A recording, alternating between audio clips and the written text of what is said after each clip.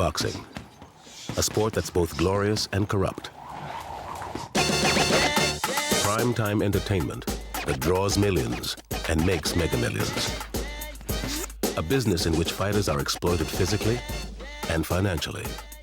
A game without rules that's reached a crossroads. Its biggest promoters caught in the headlights. Men like Don King, Bob Arum, and Cedric Kushner. Heavyweights at the heart of the heavyweight game, where a single punch can change everything, and often does.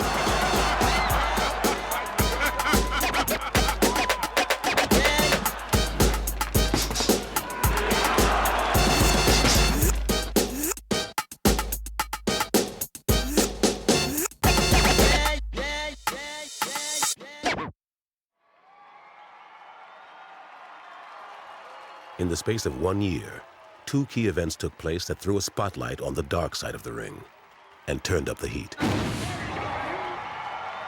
That year ended in April 2001 with a fight between the reigning heavyweight champion Lennox Lewis and the relatively unknown Hasim Rahman, a boxer from the stable of promoter Cedric Kushner. If Rahman wins, Kushner could make millions. But one man is poised to get in his way. That man is Don King.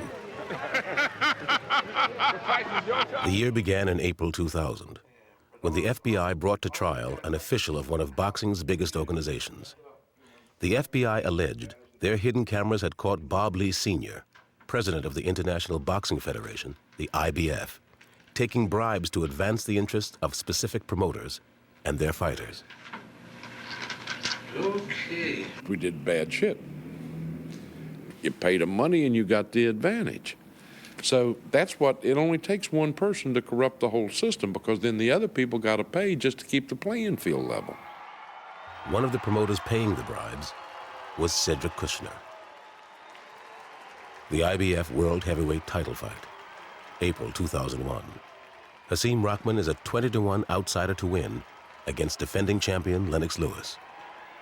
It's magnificent when you have 2 finely conditioned athletes that step into the ring in the peak of condition, in the peak of shape, and they fight for the most coveted trophy of all, the heavyweight championship of the world. I broadcast almost 700 world title fights in my career, and every time I hear ring announcer Jimmy Lennon go, for the heavyweight championship of the world, I get goosebumps in my arm right now just hearing heavyweight championship of the world. There's nothing more exciting in the whole world of sport. You the heavyweight champion of the world, Lennox Lewis. I was sitting ringside for the fight, and I remember watching the fight and being extremely happy with what I was seeing in terms of Rahman's performance.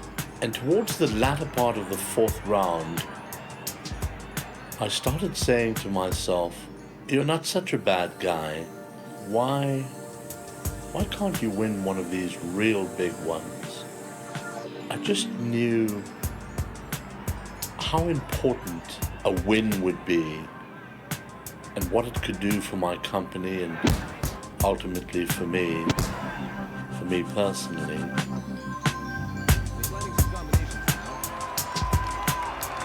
is going to have to close up. And he gets him with the right hand! He's got a brand new heavyweight champion, and he's from the United States!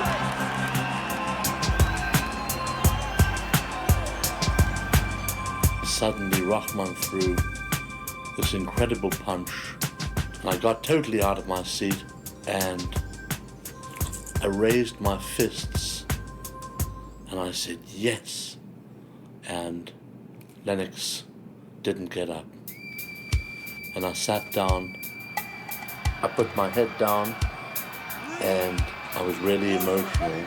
Champion of the world from the United States of America. And Undisputed heavyweight champion of the world, Hasim the Rock Rahman. I realized that I had the heavyweight champion, and in a sense my prayers were answered, and I was now going to accrue the benefits of 16 years of hard work and putting up a lot of money and just benefit from the enormity of the situation. That one punch was the difference of him not being known for the rest of his life, and the fact that he's can make up to $14 million for his next fight. That's the difference. The lottery. Everybody wants to win the lottery. Rockman has won the lottery in boxing. Everybody's kissing up to Rockman. I mean, even prior to this conversation that we're having, no one even thought about Rockman. But now, all of a sudden, he's the man. Being the man means elevation into the supercharged world of championship prize fighting. For more than a century, the heavyweight title has promised a level of fame and fortune unlike anything in professional sports. A spectacle rooted in the public fascination with the scandal, brutality, and courage of the boxing ring. Somebody once said that boxing is show business with blood. And that's what it is. It's entertainment. It's a form of entertainment, as well as being the most essential basic of competitive sports. Thomas Edison, one of America's greatest inventors and a shrewd businessman, was among the first to recognize its potential. From the moment he invented the motion picture camera, prize fighting was a favorite subject. In 1897, he sold this film of a Jim Corbett fight all over the world. He understood that boxing had visceral appeal. Gentleman Jim Corbett was paid $4,700, a small fortune in those days. And Edison turned what was a huge profit of $30,000. By the 1920s, the money had escalated astronomically. When the legendary Jack Dempsey was fighting, a championship bout could pull in millions. One of the greatest extravaganzas ever staged was Dempsey versus the French sensation Georges Carpentier. The fight promoter built an 80,000-seat outdoor arena in Jersey City for the occasion. The social and business elite turned out, and fans paid as much as $60 a seat at a time when 25 cents could buy a meal.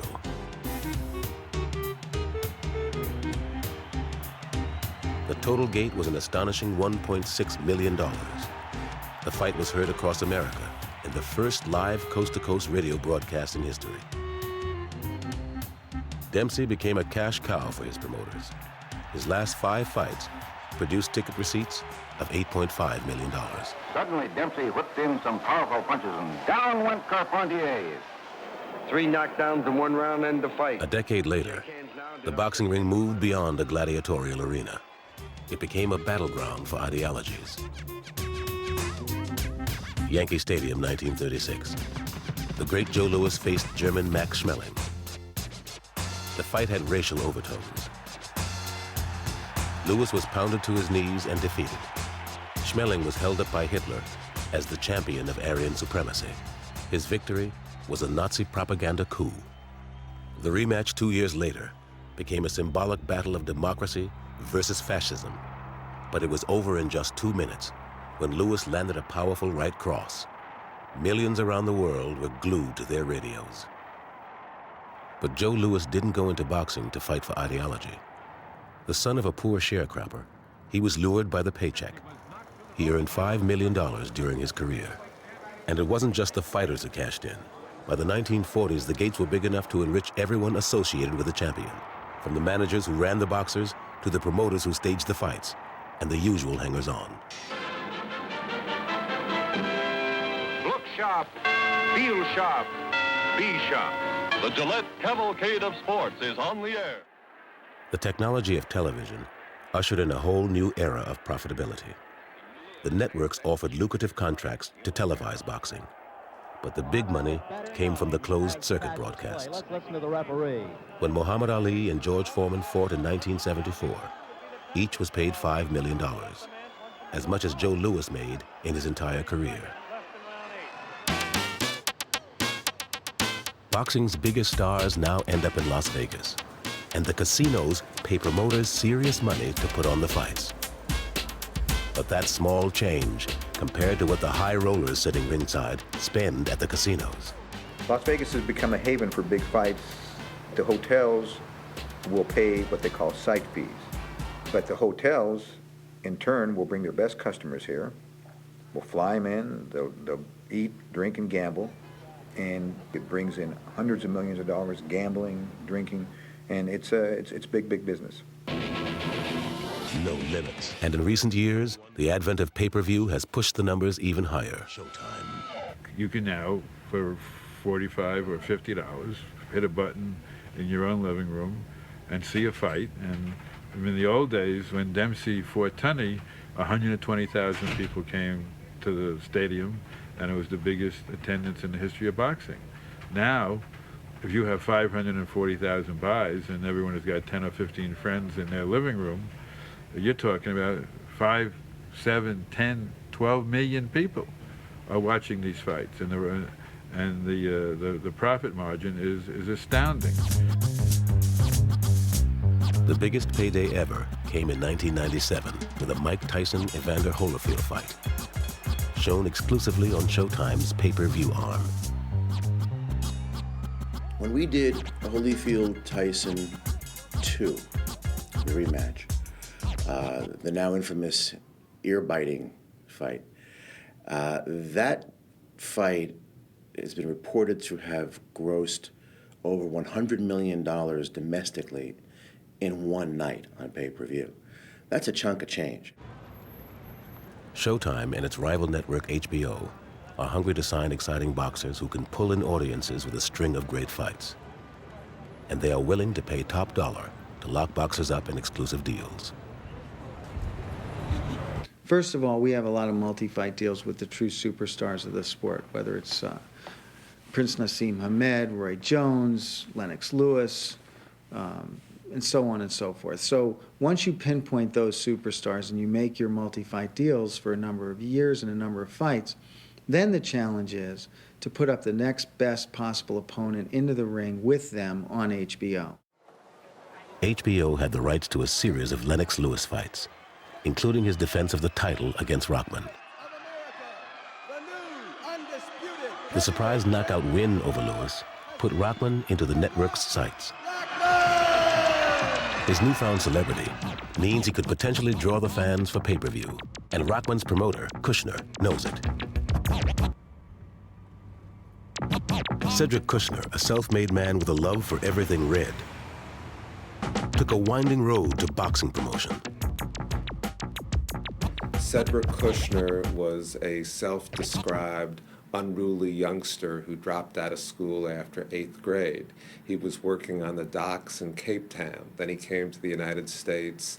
He cleaned swimming pools at the Fontainebleau Hotel in Miami Beach. He operated a Ferris wheel in New Jersey. By the mid-70s, Kushner had left the fairground for the world of music promotion.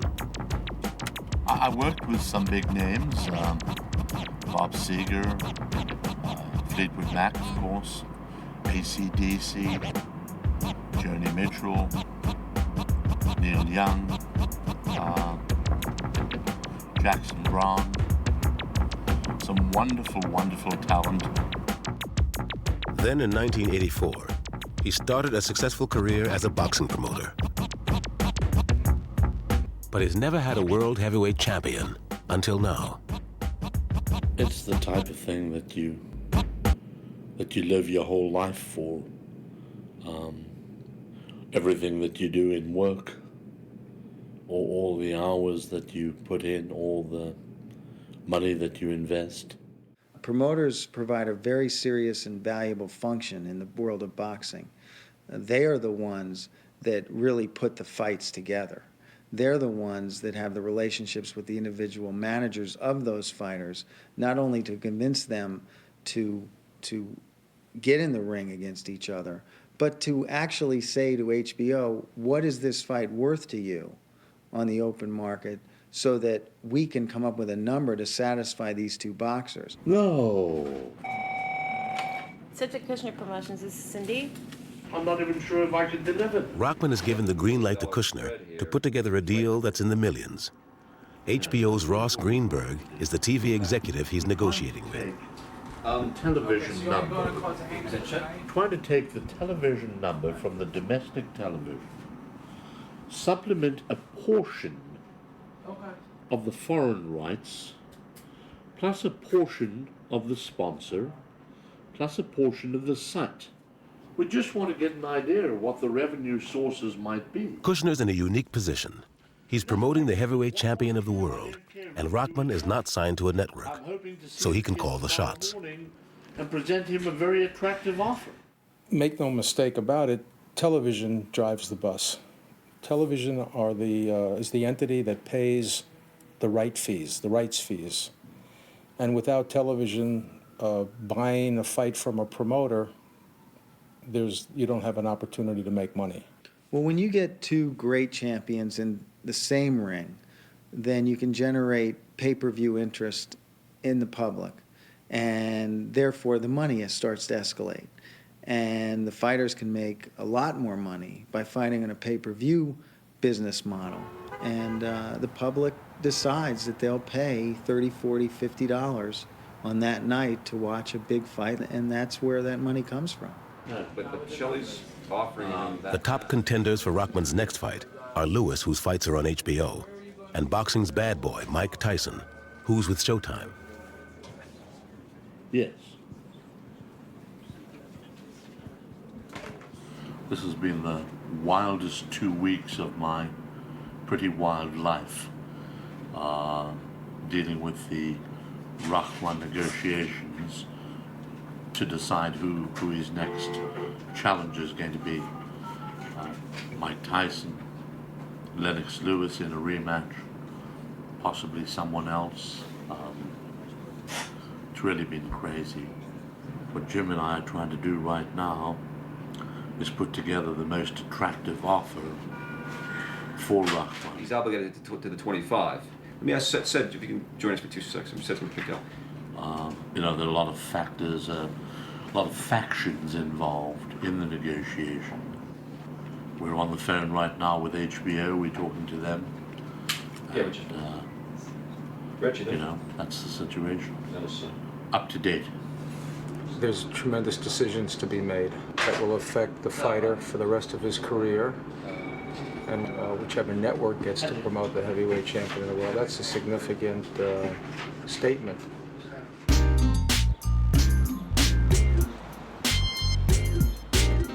Kushner is on the brink of realizing his dream, a multi-million-dollar deal that guarantees the high life.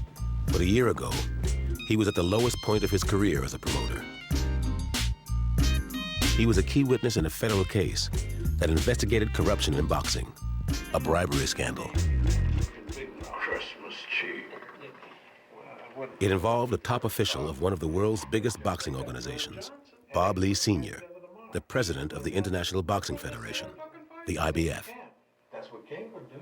Yeah, keep it in the family. I mean, it don't make no sense. The criminal investigation provided an opportunity to clean up the sport.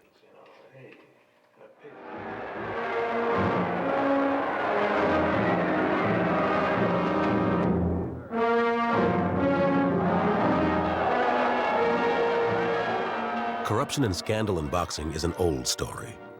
So tarnished was boxing's reputation by the 1950s that even movies moralized about it. Now look, Eddie, we got $1 million locked With its combination of big money and betting, boxing has always been ripe for corruption. Bringing you the raw lowdown, exposing the mobsters with their flashy cars and trashy women, the fixed fights, the corruption out. It is also one of the easiest sports to fix because it only takes one bribe. And if you want the money, you're going to have to go pick it up for yourself. Now, you'll get him in the ring with Brannon. The statement of Governor Brown... Bogart's character refused to fix the fight, but real life didn't mirror 50s Hollywood. ...staff to determine if the underworld, together with certain powerful figures in professional boxing, were engaged in a continuing conspiracy to monopolize professional boxing. In 1960, former middleweight champion Jake LaMotta testified before the Kefauver Commission, a Senate probe into organized crime. Jake LaMotta, 345 East 52nd Street, New York City. Well, will you state in detail how this bribe offer was transmitted to you? He just said that if I would lose to Fox, that I could get $100,000. I believe you have stated before the subcommittee that you got the okay to go into the tank, as they say in boxing, to Fox on the last day before the fight. Is that correct? Yes. He confirmed what everyone had always suspected. West Coast probe resulted in the indictment of Carbo. The committee's chief examiner concluded that boxing's descent into extortion and bribery could be blamed on one thing. And that is that during the period from 1947 through 1960, racketeers and underworld figures dominated and controlled the so-called sport of professional boxing. The committee was after two notorious gangsters, Blinky Palermo and Frank Carbo. This is the first authentic story of how the syndicate controls and operates every racket and vice in the nation. In the 1940s, Frank Carbo was a member of Murder Incorporated, the execution squad of the mafia. Executed by Murder Incorporated. The villainy of Murder Incorporated was legendary, and Hollywood's version was presented like a documentary expose. By the 1950s, Carbo was the mob's godfather of the fight game. His most famous property was the former armed robber, now rising heavyweight star, Sonny Liston. Legally, managers can take a third of a fighter's purse. But throughout Liston's career and reign as a heavyweight champion, he was forced to pay 50% of his earnings to Frank Carbo. In the wake of the Kefauver Commission, Blinky Palermo and Frank Carbo were successfully prosecuted.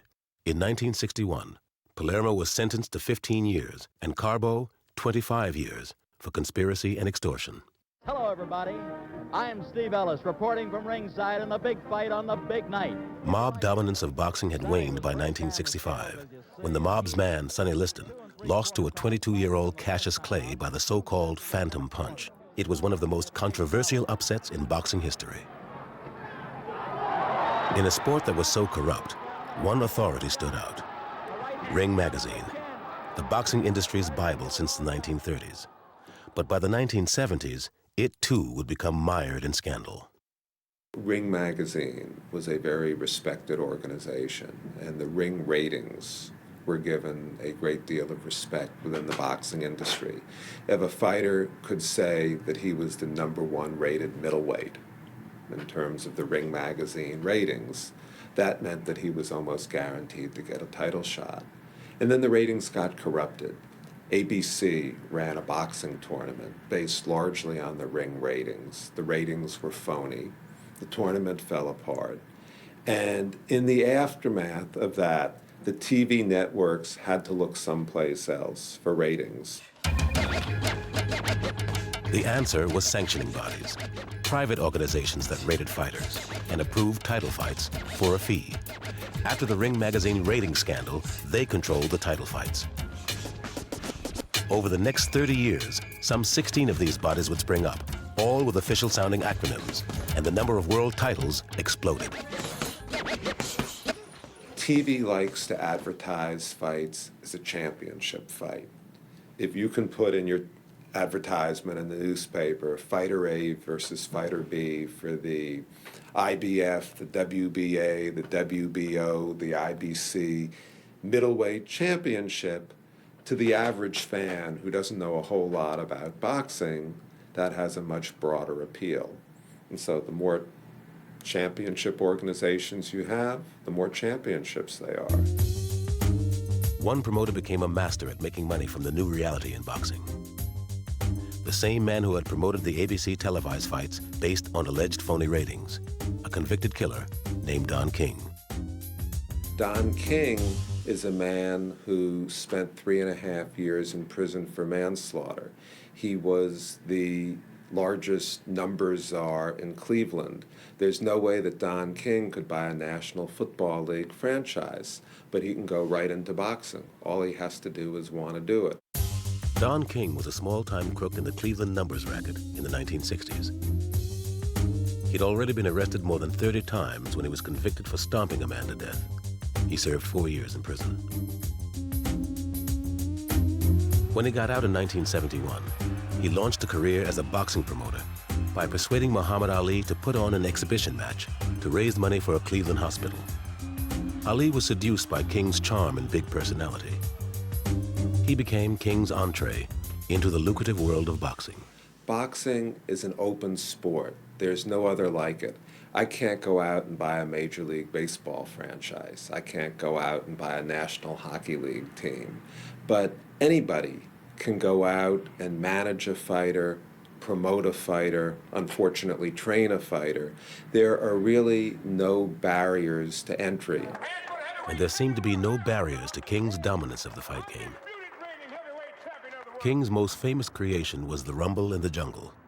He offered Muhammad Ali and George Foreman a record $5 million each to fight for the title in the capital of Zaire. He brokered the deal by convincing the government of Zaire to put $10 million on the table. The fight, which Ali won, was seen by millions of people across the world on closed-circuit television. It made King the instant czar of the heavyweight championship. And for the next 2 decades, he decided who fought and who would share in the multi-million-dollar television contracts. No fighter, no manager, no broadcaster could afford to defy King without suffering consequences. So it is a thrill beyond description or depiction to have an opportunity to put these 4 champions in the center of the ring for your review and to give you what you really want, the best true dollar value for your entertainment dollar. King had a reputation for ruthlessness, for being loyal only to himself. When King's heavyweight champion Joe Frazier faced George Foreman in Jamaica, King escorted him to the fight. But when Frazier lost, King walked out with the new champion.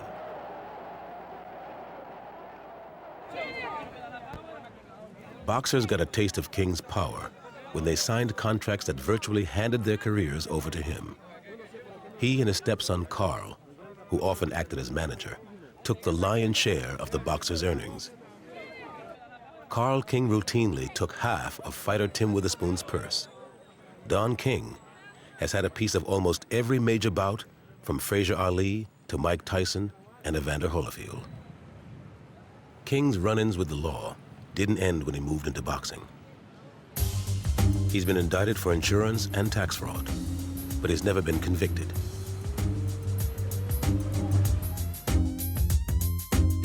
He's also been sued for millions by fighters including champions Muhammad Ali and Mike Tyson. Usually, King manages to settle out of court.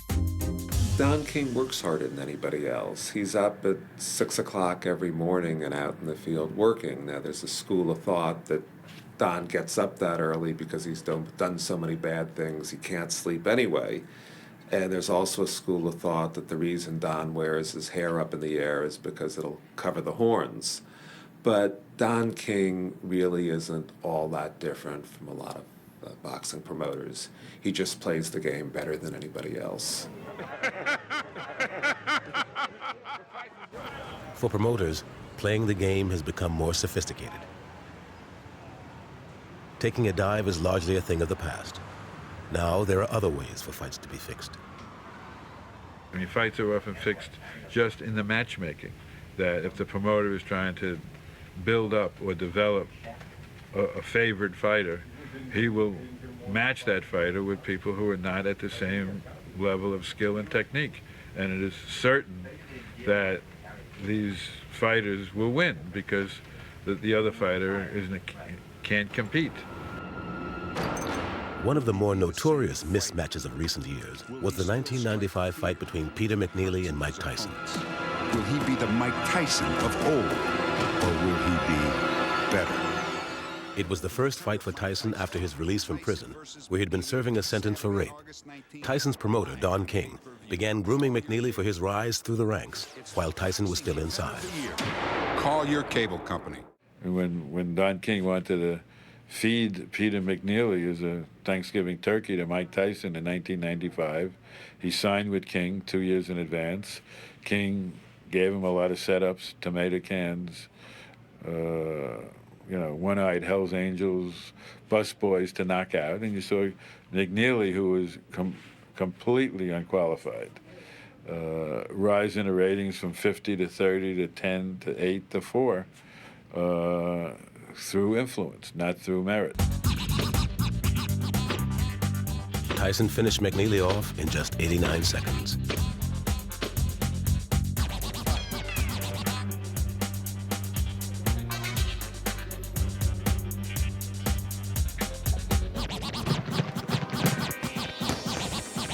In theory, boxers should have protection through their ranking.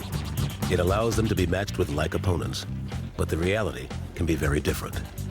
And the reason for that lies in the way sanctioning bodies rate fighters.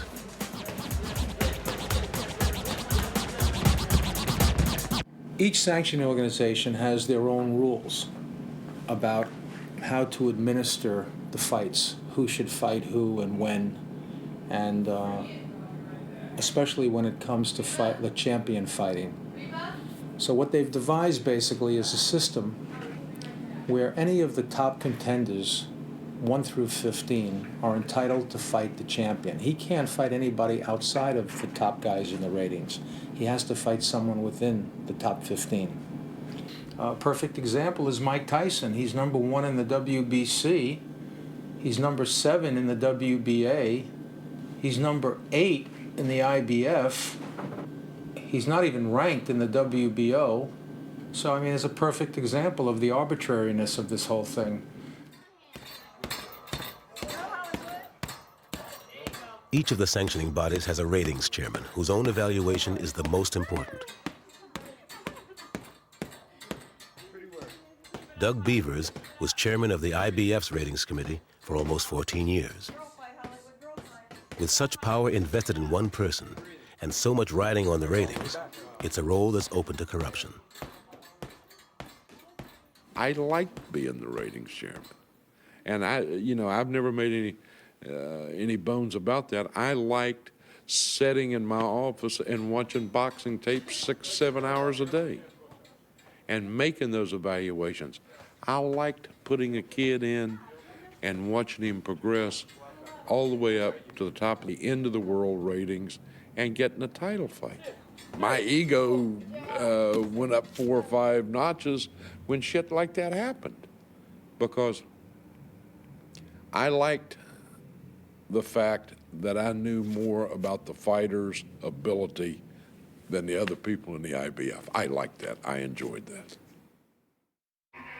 He enjoyed it a little too much. Beavers became the bagman for the IBF, collecting cash from promoters and delivering it to the organization's president, Bob Lee Sr. Money, he says, was paid to secure higher rankings for the promoters' fighters, with Beavers getting a 25% cut. I don't feel that he forced me into doing what I did, because I always had the option I could have quit. So it's not like someone put a gun to my head and made me do that. But I wanted to be the ratings chairman, so. In 1996, the U.S. government got a tip-off about corruption in the IBF. It started investigating ratings chairman Doug Beavers' boss, the president and founder, Bob Lee Sr. There had been allegations for many years about corruption in boxing, and we saw this as an opportunity to shed light on an industry which was in need of reform. For a year, the FBI got nowhere investigating President Lee's business deals. They needed an insider. Doug Beavers was their man. It was a Sunday afternoon, and I was working in the yard at my house, and my wife and daughter had just gone on a bike ride. I got out of the car, and we all walked across the street. I identified myself and Agent Richards and Agent Hale, and I indicated to him that I wanted to talk to him about corruption in the boxing industry. He invited us in, and as he was walking up the stairs into his home, he turned and looked at me. And I said, "What took you so long?" It was just something that in the last year or so, we had got so silly with a lot of the stuff we were doing. It was just the writing was on the wall, so it had to happen. We spent a brief time with him. He was looking for assurances of what would happen to him. I guess the thing that was going through my mind was trying to get him out of my living room before my wife and daughter come back. I told him that we weren't able at that point to determine what assurances we could give him, that I needed to talk to the United States Attorney's Office, and we left.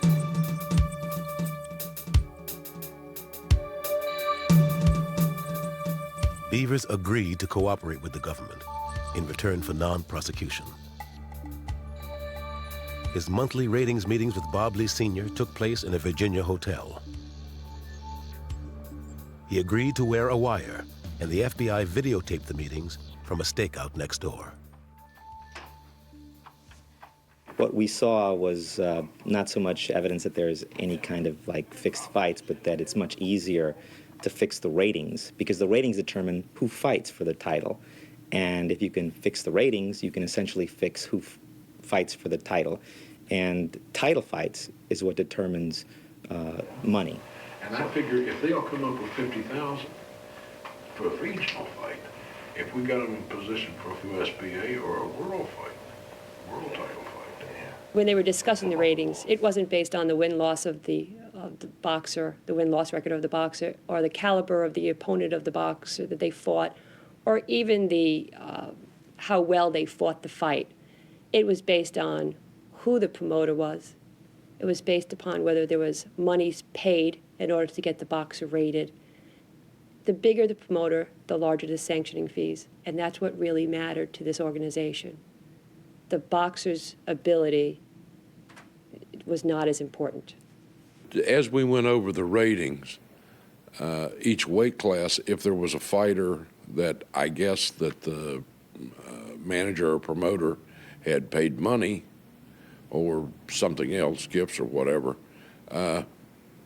President Lee would say, can you move this guy up? Or we got to take care of this guy. And ain't that King's fighter? Yeah, that's Larry Douglas, King's fighter. King would probably be happier to have Beavers delivered the cash to Bob Lee Sr. at these meetings with a technique that ensured the FBI camera caught the action. This was just something I had it taped to my leg so that I couldn't just take it out of my pocket and hand it to him because it would be too quick and they might miss it on camera. This way it would take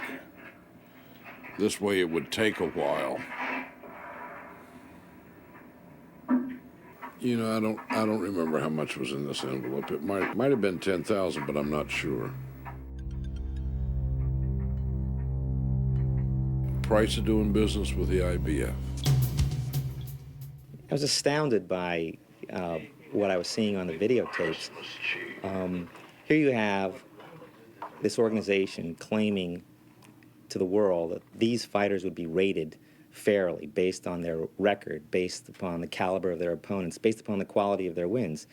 And it turns out you've got two guys sitting in a hotel room talking about, what they had for dinner, and then going through the ratings division by division, talking about primarily who the fighters' promoters were. That seemed to be the determinative factor in deciding how to rate these fighters.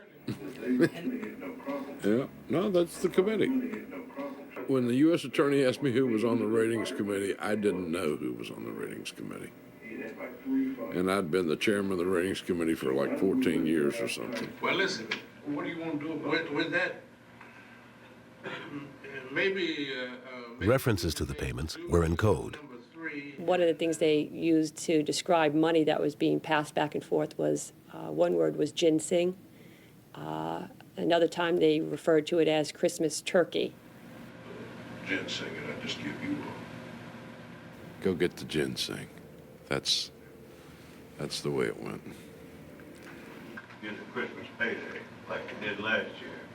How about a Christmas turkey for us? Of course, I'm sure you've heard on the tapes it's getting close to Christmas and where's the turkeys, that type thing, but nothing like go pick up the cash. That was never said. But you don't want the turkey up, do you? Especially this close to the holiday. Yeah. That's close to Turkey Day. That's right. It ain't nothing like some pig. You gotta have some pig in it, to make them reach down and touch your soul, man. It became clear that they had their own code words or nicknames for certain promoters when they discussed certain fighters and who was promoting them. One name that they used was Fuzzy when they were referring to Don King, and the Fat Man when they were referring to Cedric Kushner. Okay. But what's Fuzzy Wuzzy going to say? Every month when we went over the ratings, it was one promoter's fighters that's all we talked about. Fuzzy Wuzzy. Maybe we can make Judah number 3 and McClendon number 4. Leave 2 vacant. Okay. But what's Fuzzy Wuzzy going to say? Or does he give a shit about this guy? You paid him money and you got the advantage. So that's what, it only takes one person to corrupt the whole system, because then the other people got to pay just to keep the playing field level. One of the others was Cedric Kushner. Correct. Cedric Kushner's problems began in 1987, soon after he became a boxing promoter. A South African, he wanted to give his former countrymen a chance to compete for titles. But apartheid was getting in the way. Kushner persuaded the IBF's Bob Lee Sr. to make an exception. Later, they would both go to South Africa for Nelson Mandela's blessing. So I lobbied the IBF to give these South Africans the opportunity. And everyone knows what happened. I was met with, yes, but it's going to cost you so much. Kushner paid the IBF. It set a pattern that would last almost 9 years. President Lee and myself would be talking. He'd say, you haven't been to see the fat man lady, or how about the fat guy, what's he talking about, or something like that, which I knew he wanted me to hit on Cedric for money. Beavers came to see me and said, you know, you haven't done anything lately, and he didn't have to say too much. I understood. It was like extortion. It was, if you want to survive in the IBF, you got to pay. Beavers collected the money from Kushner at his home in the Hamptons on Long Island. Over the next 9 years, he paid tens of thousands of dollars to Bob Lee Sr. and the IBF to keep his fighters riding high in the ratings. Yeah. Well, listen, hey, listen. Doug told me you should have seen Cedric. He was happy as a dog with 2 dicks Saturday night. You hear of these kinds of things. You see them in the movies. You don't think that they're actually true. You hear of storekeepers having someone come by once every 2 weeks and extorting protection money. If you don't give me the money, when you come to work tomorrow, the store may not be there. First into the ring will be the German challenger. But in 1995, Kushner was pushed too far. Heavyweight legend George Foreman, at the age of 46, decided to fight an unwritten world. Except 2 of the 3 judges knew that Axel Schultz beat George Foreman. So Cedric protested the decision, and he should have got a rematch. I mean, because we had ordered rematches on far less controversial decisions, because the decision just stunk. And after he did that, President Lee said, tell Cedric for $100,000 that can happen. I started cursing and swearing. I remember Doug saying, no problem, I can tell the boss that $100,000. I'm sure he expected to have to do something, but the fact that Bob wanted $100,000 was, but he agreed to pay it. Kushner's money was down the drain. Asked for my money back.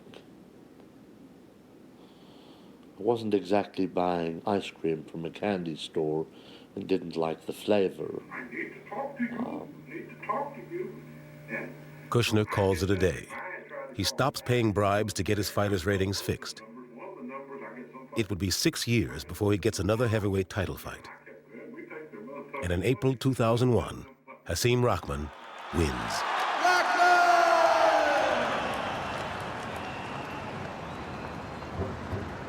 Rahman was a long shot to beat Lewis. The purse was $1.2 million, and Kushner's take was $375,000. But that's small change compared to the numbers he's negotiating for Rockman's next fight with pay-per-view networks HBO and Showtime. If it's HBO, he'll fight Lewis in a rematch. If it's Showtime, he gets a crack at Tyson. The stakes are high. HBO has the exclusive rights to a package of Lewis fights. They're worth a lot more on pay-per-view if Lewis regains his title. So Kushner is trying to put together a deal where Rockman can have it all, a rematch with Lewis and a fight with Tyson, playing off the networks against each other. Astounding numbers are being tossed around for a fighter who a week ago, wouldn't have been invited to a press party. By all accounts, would have been lucky to have been given a T-shirt by HBO or Showtime. No disrespect to the fighter. He's a solid fighter. He's a good fighter, and he is a world-class fighter, which he's proven. Maybe it doesn't matter, but all at this juncture is the number. It's frankly a check coming from them is better. no, yeah. Only for the Tyson fight only. I'm hoping to put together a very attractive, maybe the biggest deal ever offered to a fighter. On the 10th of May in the year 2001.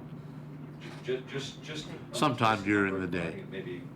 Kushner anticipates a package worth more than $100 million. If you feel you're going to lose $10 million, you won't do the fight. Your guess is as good as mine. The sports media is buzzing and call constantly looking for news of the deal.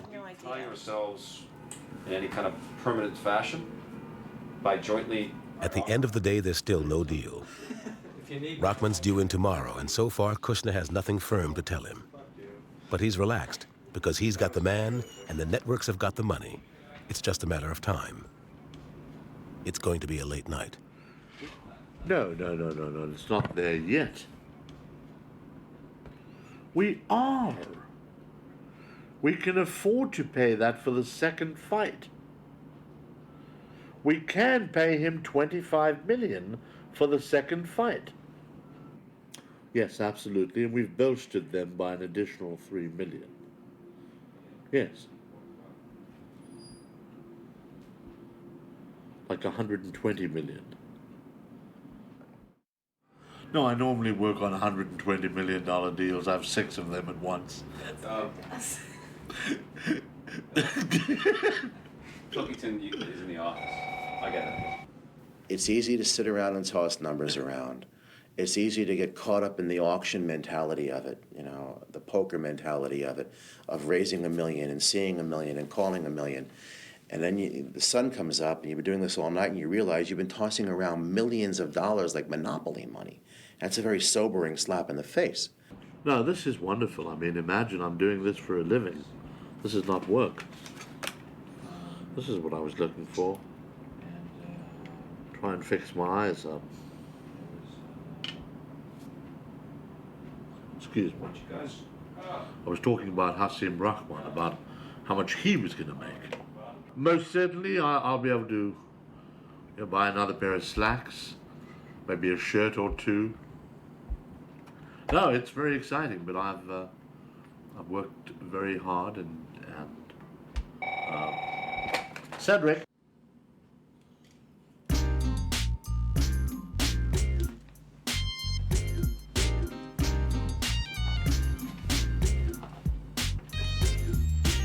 As the sun sets, Kushner is about to turn Rockman's victory into what promises to be the biggest payday for a fighter in boxing history. It's a promoter's dream. Kushner could personally collect an estimated $15 million. He ends his day. Tomorrow, Rockman is coming to sign. Always.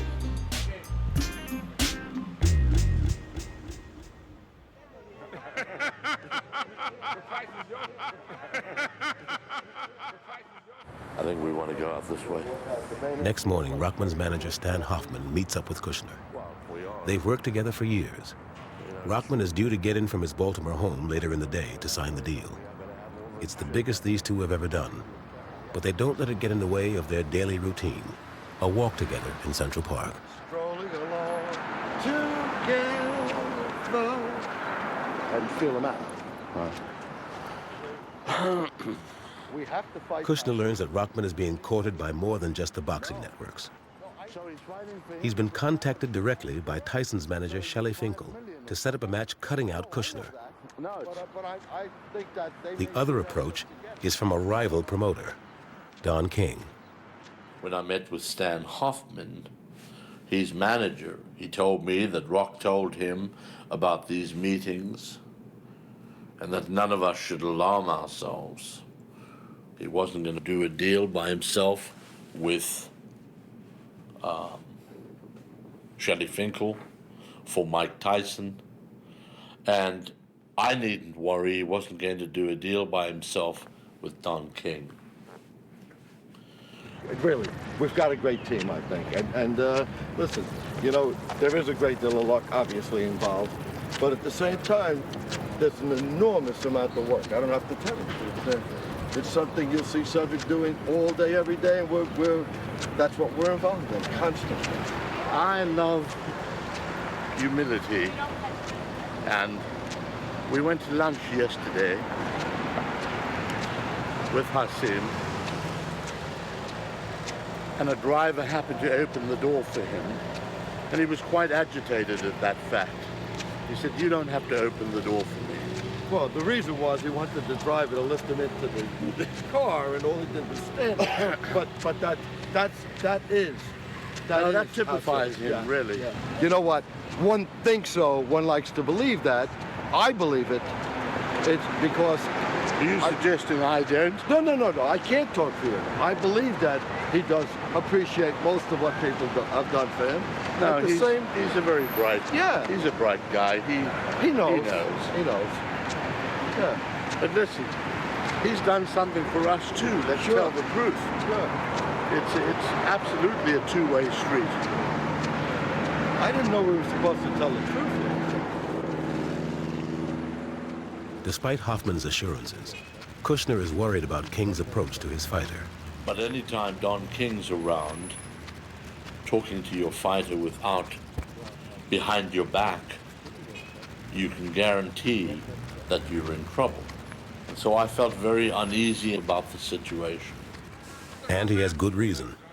3 years earlier, King tried to take Rockman away from Kushner.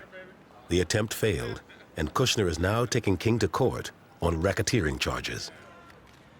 Throughout his 30-year career, King has repeatedly demonstrated his persistence in capturing and holding on to champions and potential champions.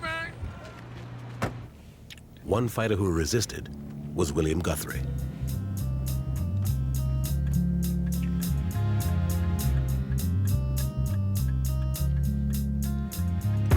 The sport of boxing is something that I love.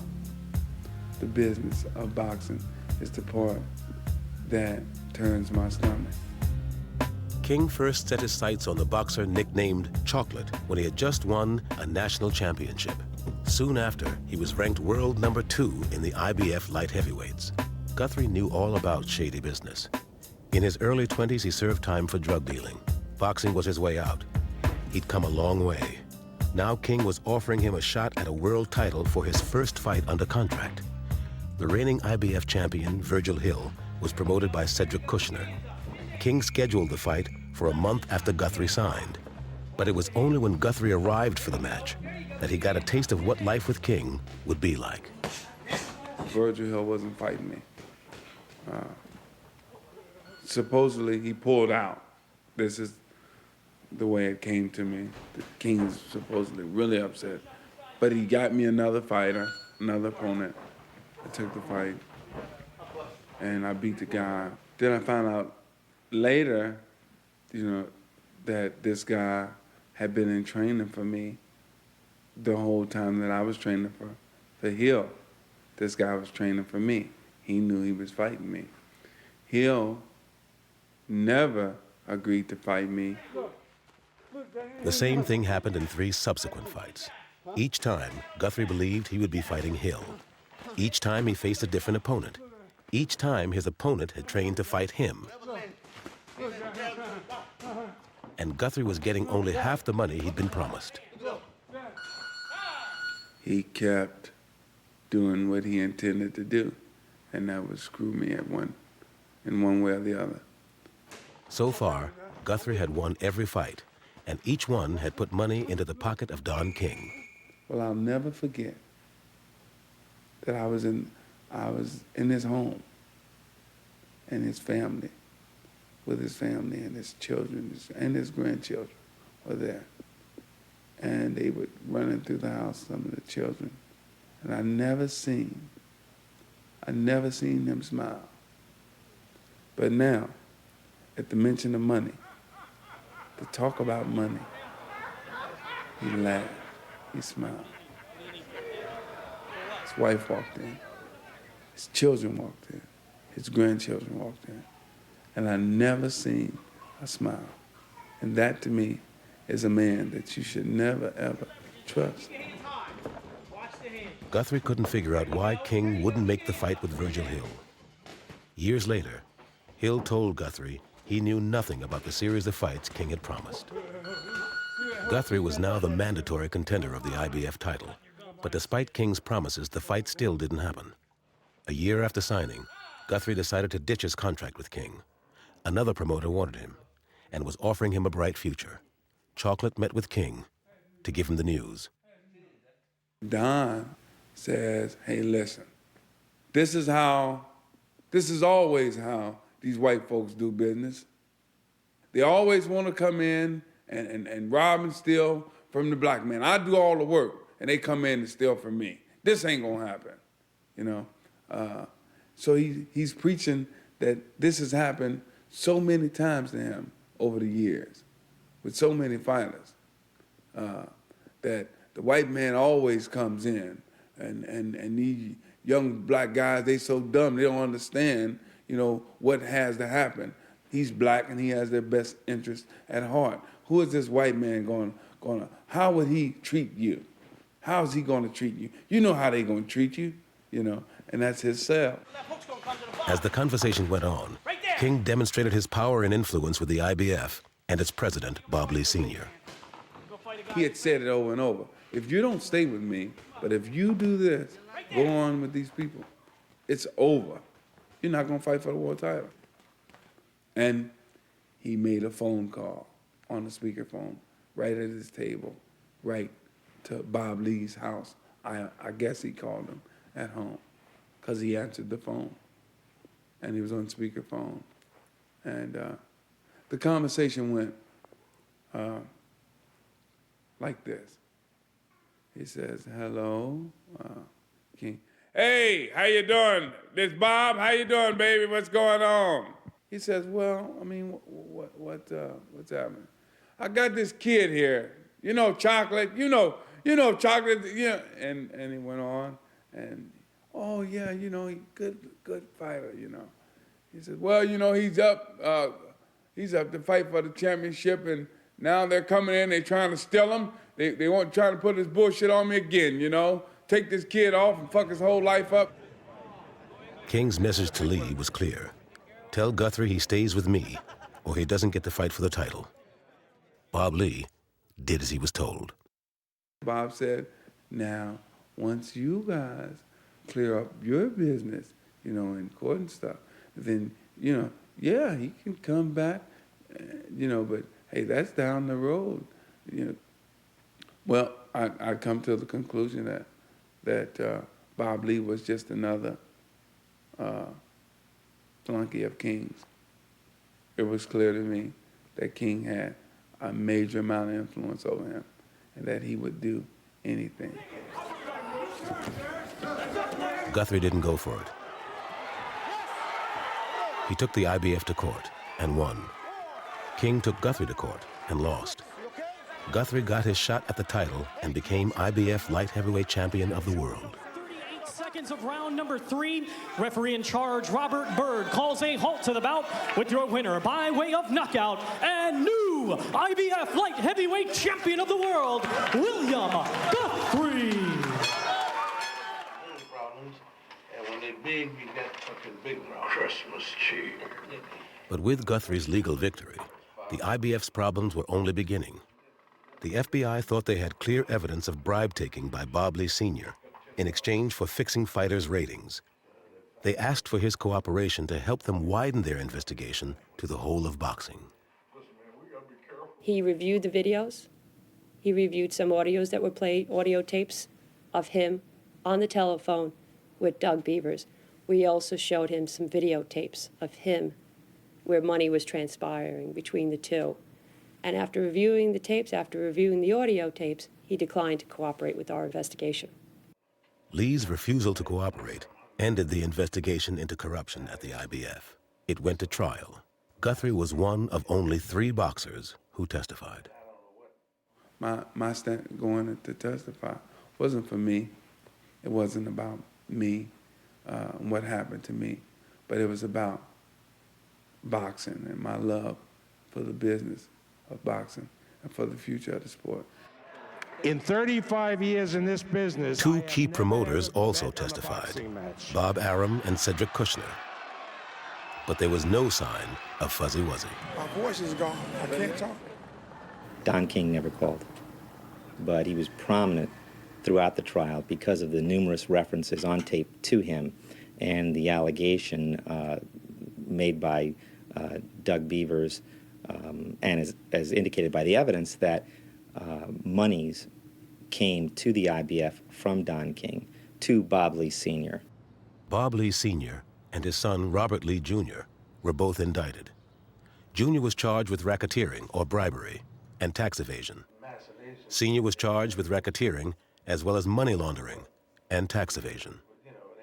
I've been the target of malicious gossip and vicious rumors about this investigation, spread by people in the boxing industry who stand to benefit from its prosecution. They shall not prevail. We thought we had a very strong case. We had about 40 witnesses or so. We had trimmed down hundreds of audio tapes and videotapes to about 83 tapes that we were going to play in trial. Tapes showing how the ratings were manipulated to favor the fighters of certain promoters. Tapes which showed money being exchanged, videotapes of that, and evidence through the form of checks, because at least one of the promoter managers would pay them in checks. And we had a lot of good evidence, so we felt very good about our case. But I can tell you that we run a good ship that's above ground. So why are they investigating you? Well, I think one of the major reasons they're investigating me is because I'm an African American. Hey, they give the white guys immunity. They indict the African American. In the end, the prosecution was surprised by the outcome. The jury acquitted Lee's son on all charges and acquitted Lee on the more serious bribery racketeering charges, convicting him only of money laundering and tax evasion. He didn't get convicted on the bribe charges, but on the videotape, I'm handing him money and we're talking about the specific fighter that he's taking the money for. Sounds like a bribe to me. Do you expect to get indicted? Listen, I hope not. There's one thing for sure, the indictment is only the charge, and then they have to prove what they're talking about. And if they asked you to testify against other people, would you do that? No. I'm not a snitch. I'm not a rat. Big Christmas cheer. We spoke one morning at the trial. He was coming out of the courtroom and I was going in, and the doors got crossed up. I said, "Excuse me, boss." And he says, "How you doing, Doc?" And that's all that was ever said. Even though there was a mixed verdict, you have the undercover surveillance videos and tapes that show people paid money for ratings, people paid money for sanctions. What did Cedric Kushner pay all that money for? What did Bob Arum pay all that money for? It's now a proven fact, despite the mixed verdict, that promoters and managers pay for ratings. Ratings are for sale. The definition of a contender is for sale. Bobby Lee took that money. Kushner and Bob Arum testified at the trial, Both were later fined by the New York and Nevada State Athletic Commissions for conduct unbecoming.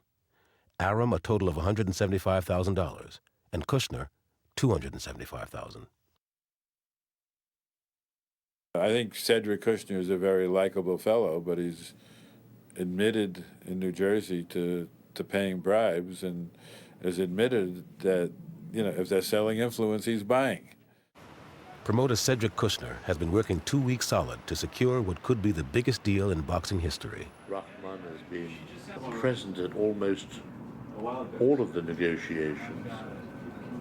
Kushner represents Hasim Rahman, the new IBF and WBC world heavyweight champion. I see the situation a little differently. Let my phone ring, Riz. It's cool. I believe that HBO is looking to protect Lennox Lewis, but they have their own motivation, their own self-interest in that. But in the event Rahman won again, that would be fine with them. He would obviously then have shown in no uncertain terms that he's a very worthy champion and have a great deal of credibility. HBO and Showtime have been duking it out to secure the deal. And Kushner has now finalized a contract with HBO, which would mean a rematch with Lennox Lewis. Title defense in Lennox Lewis. All that's needed is Rahman's signature. Okay, we won't, that's right, we will not take any. As Rahman drives to New York from his home in Baltimore, his manager Stan Hoffman reviews the contract to make sure it's all in order. Yeah, everybody. I'm getting like you, I'm beginning to fall for this crap. I heard that. The deal is complex, but could be worth an unprecedented $121 million if Rahman wins a string of fights. Okay, got it. In the meantime, he's been approached by both Don King and Tyson's manager. Until he arrives and signs, nothing can be certain. The fighter could say, I'm not satisfied with this deal. I don't want to fight this particular fighter. And then the situation could end up in a total legal quagmire. I don't envision that's going to happen here. But those things, unfortunately, are possible. Yeah, it's an optional defense. Okay. Hoffman learns that Rahman is minutes away from his hotel.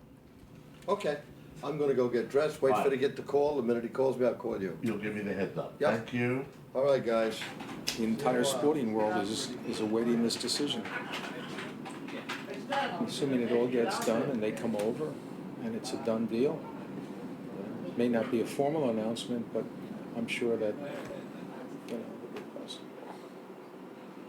And Stan's meeting him there, then we're coming over to your place. You know, Stan's going to sit down with the kid for 5 minutes and then come over. He doesn't want to. The waiting game is making HBO nervous. Kushner's right-hand man, Jim DiLorenzo, tries to reassure them. But until the deal is signed, there's always the specter of a last-minute hitch that could scuttle the deal. So I think we're, you know, as crazy as it sounds, I think we're okay. They've been talking to the kid all day. Yeah. Stan and Steve have. Now, you know, we know it's the wildest situation. I appreciate your guys' concern. We have the same concern until it's done and ain't done. But it's you know, it's on track, it sounds like, without right now any cause for alarm. I haven't heard anything. So as they say in the movies, I'm sitting here with bated breath. Yes. Well, he's told me he's gone to the hotel. I haven't heard anything. I'm quite seriously waiting here. Cedric Kushner Promotions, this is Cindy. The deal's in excess of $100 million. Hey, Adam. It's one of the largest deals that any fighter has ever signed. It's an enormous deal. Yep. Kushner's next call is to Ross Greenberg, president of HBO Sports. Hey Ross, how you doing? He walked into Stan's room 17 seconds ago. Left leg first. Now you've got the up-to-date. Be on standby. Yes. I would say the relevant numbers have most certainly been discussed. And throughout the morning, Stan was very impressed with the numbers. Over at HBO, they're very enthusiastic. It's a big deal for them not to lose the heavyweight champion. That's important. He asked me, I said, he's in Rockman's attorney Milton Chwaski is in the Kushner camp waiting for news. I said, no, but there's a Hello, this is Cedric. the toll booth on gate exit 14. Steve? The call finally comes, and it's not good news. Rockman has arrived, but he isn't signing. His management wants to speak to their lawyer. Okay. Milt? That's Steve Nelson on 1 for you.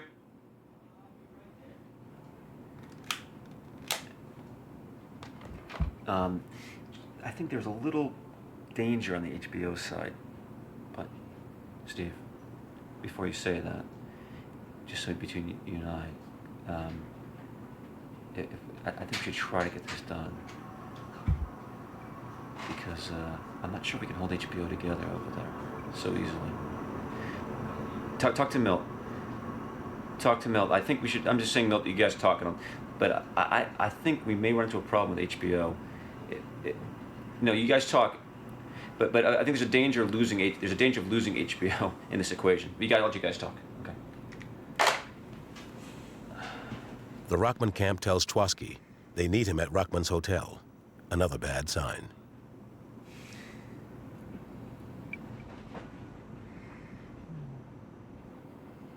Milton. I don't want to film this. He's asked for a little more time to go over some stuff with Milton. Milton's here, and he's heading over to see the kid and Steve and Stan. I don't know. I don't want to film this.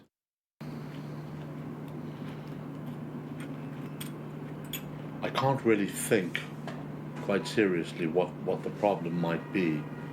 This is an extremely generous deal, and by any standards very strong. So I'm not sure what the problem is.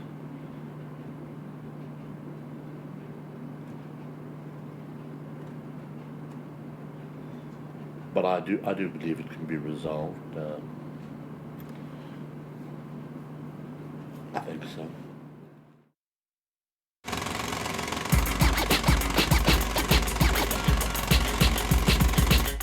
I think that it's our livelihood. You know what I mean? This is it. By next morning, the bombshell has exploded in the press.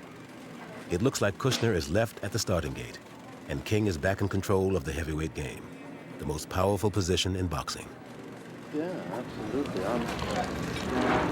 I'm going all the way here. There's whatever I have to do, whatever financial accommodations, whatever has to be done is going to be done. We've contacted some of the top legal firms already. You know, I've always known him to, in a perverse way, that's why I've admired him, because he'll do what he has to do to make it work. Except, you know, when he does it to you, then it's not so admirable any longer. No, this is climbing to the top of the mountain and not being able to raise the flag. This guy can't continue doing that.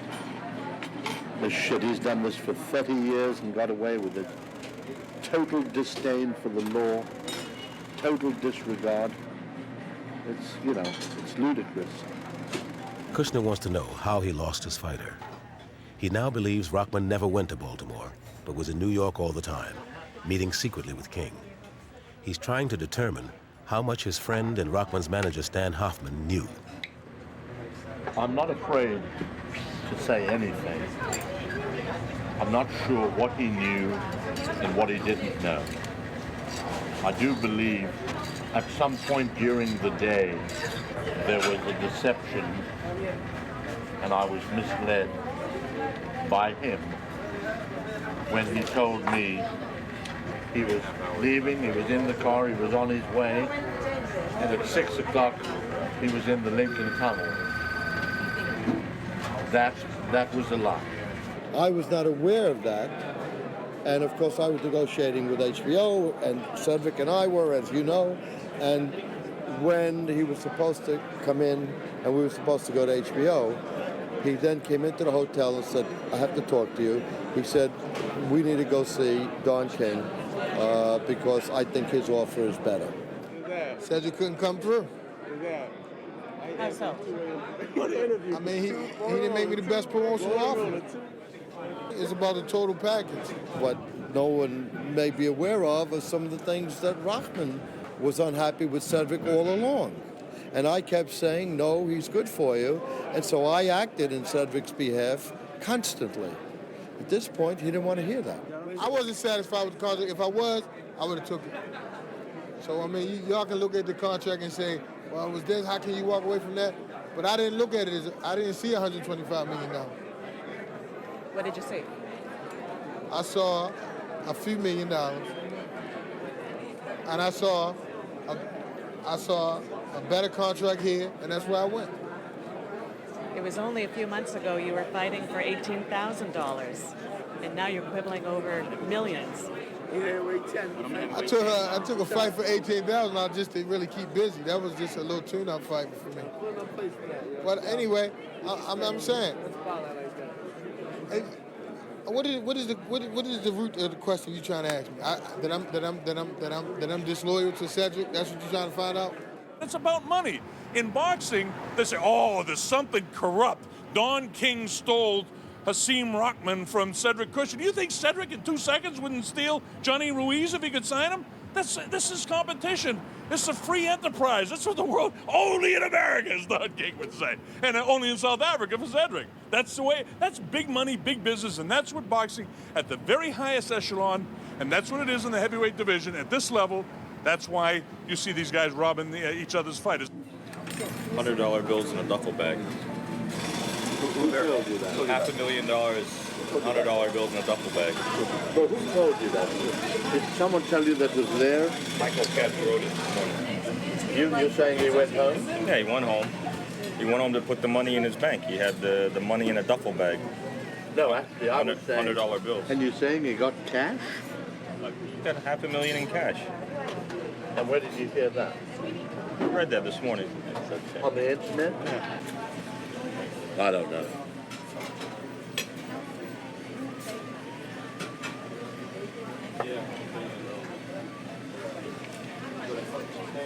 That is how Don King can entice people. You put $500,000 in cash in front of someone that's never earned $500,000.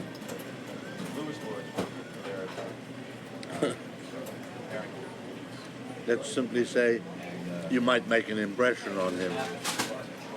In fact, King impressed Rahman with $200,000 in cash. The only loyalty in the world of big money and big business is the big dollar. Cedric Kushner cheated me. Do you know that? Well, when I talk about it, you'll hear about it. There's no loyalty. I have loyalty. If nobody show me loyalty, I should show them no loyalty. How about that?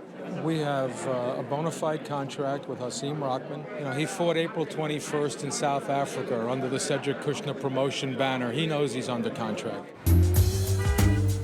Don King bought Hasim Rahman's loyalty at 2:30 in the morning with a bag of cash and a check totaling $5 million. And his first defense of the title would not be against a tough opponent like Lewis or Tyson.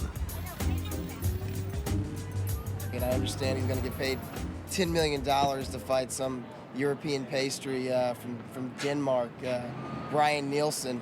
But King, obviously the ultimate opportunist, gave him the best package. And Don King, you can never count him out. He's got the heavyweight champion again. Rahman's decision to sign with King launches a flurry of lawsuits. Kushner sues to get Rahman back. Lewis sues because Rockman agreed to a rematch he won't get. Tyson sues because he feels as next in line he should be fighting Rockman. It's all about money. So it's three injured parties, all with valid contracts. And we're looking for an injunction and a temporary restraining order. It would prevent Rockman from fighting. King has, I think, no regard for contracts or contractual law. So the fact that there were contracts in the way of him doing what he wanted to do didn't really matter to him.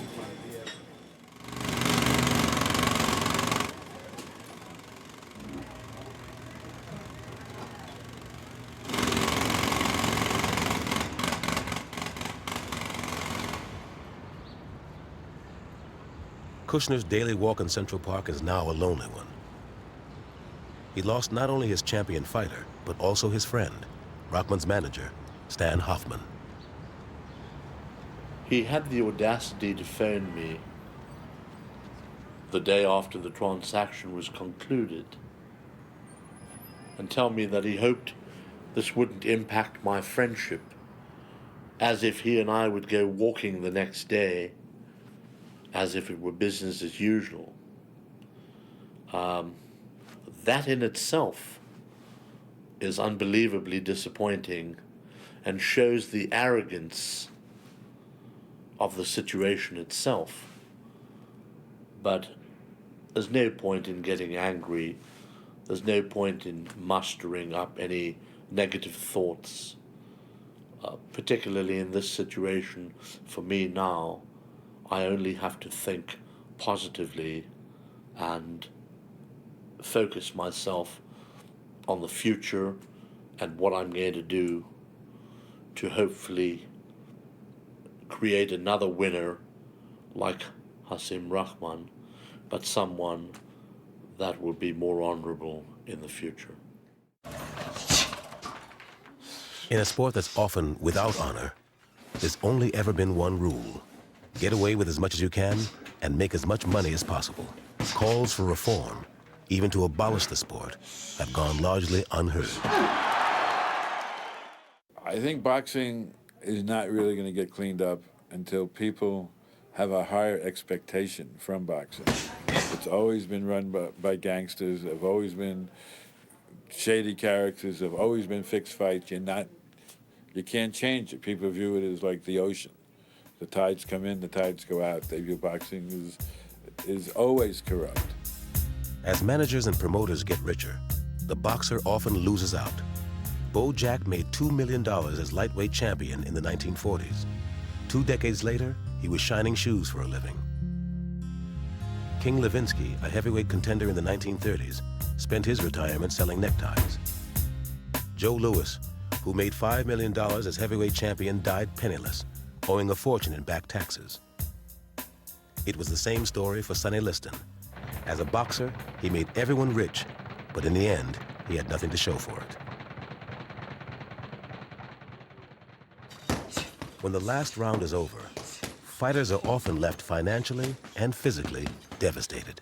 Boxing is run by these jackals who sit on the ring post and feast on the blood, but they never get hit, and they're the ones who go to the bank. I've been around boxing for 40 years. I've never been invited to attend a benefit for a promoter.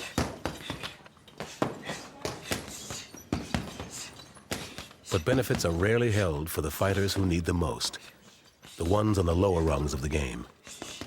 My interest is in protecting the thousands of fighters who are out there.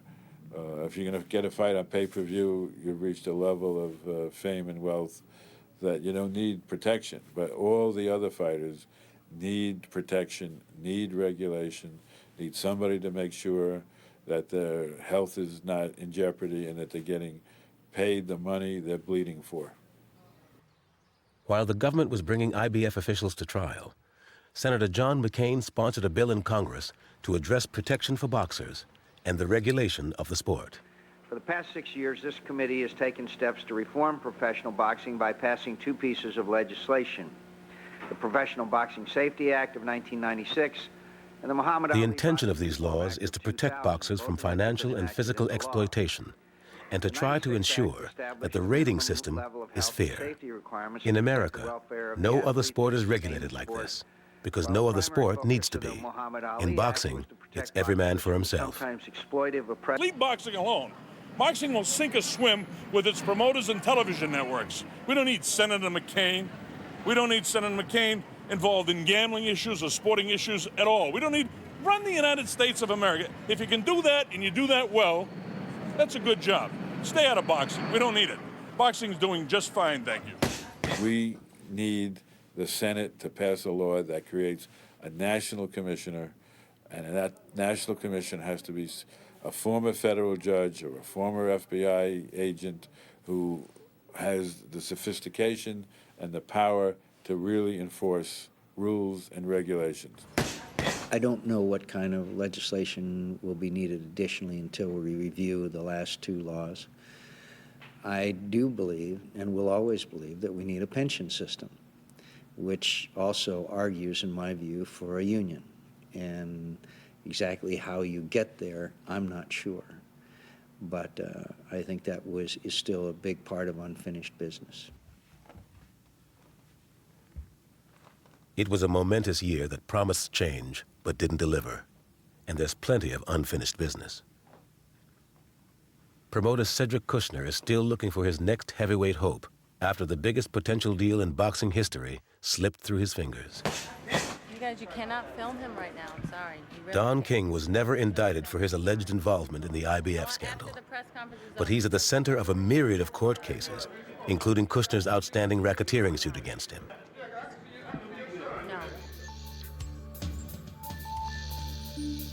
Bob Lee Sr. was sentenced in New Jersey on Valentine's Day 2001 to 22 months in prison without parole for his part in the IBF scandal.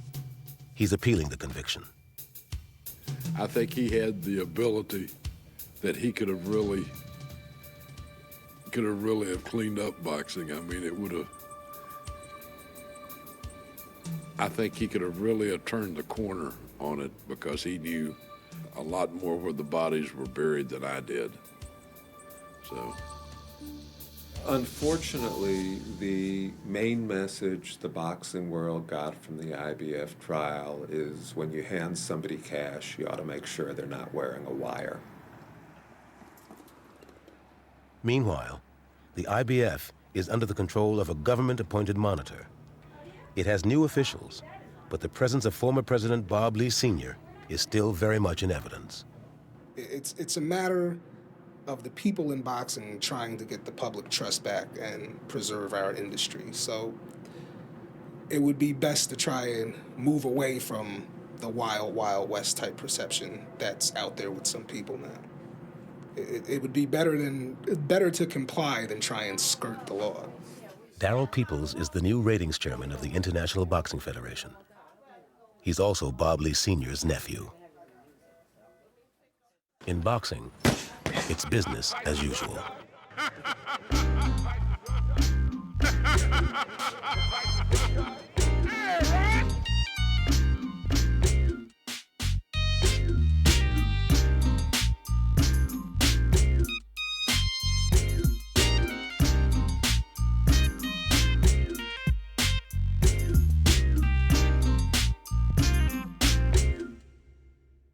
This is take one. Cedric being interviewed by BBC Radio for a Sunday show. This is take two. Cedric doing an interview on BBC Radio.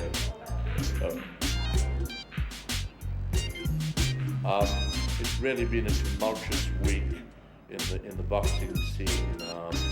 I mean, there I was, there I am, the exclusive promoter of Hasim Rahman, in the throes of putting a multi-million-dollar deal together for a Lennox Lewis rematch, and suddenly Don King comes along at 2 o'clock in the morning, has a clandestine meeting with Hasim Rahman, pays him $5 million, and signs for him to fight exclusively under Don King's promotional banner. First thing in the morning, I was notified by the manager, Stan Hoffman, And now all the lawyers have sprung into action, and we'll be in court on Monday at 12 noon in New York.